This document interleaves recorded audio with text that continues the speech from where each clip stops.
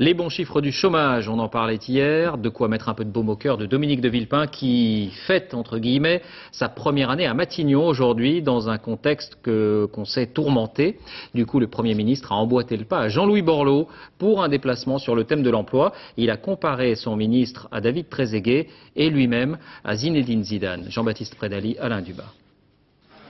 De bons résultats sur le chômage et voilà Dominique de Villepin plein d'attention pour Jean-Louis Borloo. Mieux, le Premier ministre compare désormais le gouvernement à l'équipe de France de football. Quand Zidane voit Trezeguet marquer un but, il se réjouit. Ben, c'est mon cas. Trezeguet, il a vu qu'il n'était pas sur la feuille de match du match contre le Danemark. J'espère que c'est pas un mauvais pressentiment. Non, non, rassure-toi, rassure-toi. Précision, les deux hommes étaient en froid depuis la crise du CPE. Mais le chômage en baisse, c'est pour Dominique de Villepin l'occasion de tenter de retrouver un peu de popularité.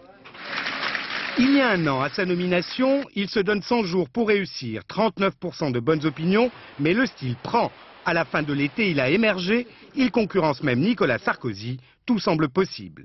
La crise des banlieues marque un fléchissement de popularité, mais au début de l'année, le Premier ministre a regagné du terrain. C'est alors que survient la crise du CPE. Des millions de gens dans la rue, une dégringolade dans l'opinion, 3 mois de crise avant de céder.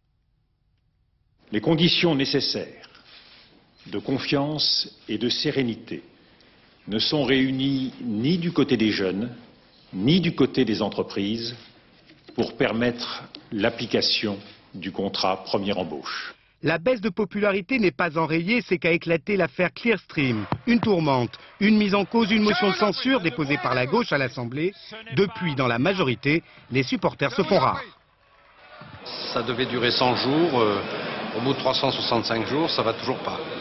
Depuis 2 semaines, le Premier ministre est partout avec l'équipe de France de football ou encore les salariés de la Saint-Germain. Il en est persuadé, une baisse continue du chômage et sa popularité remontera. Surtout, il pourra durer à Matignon.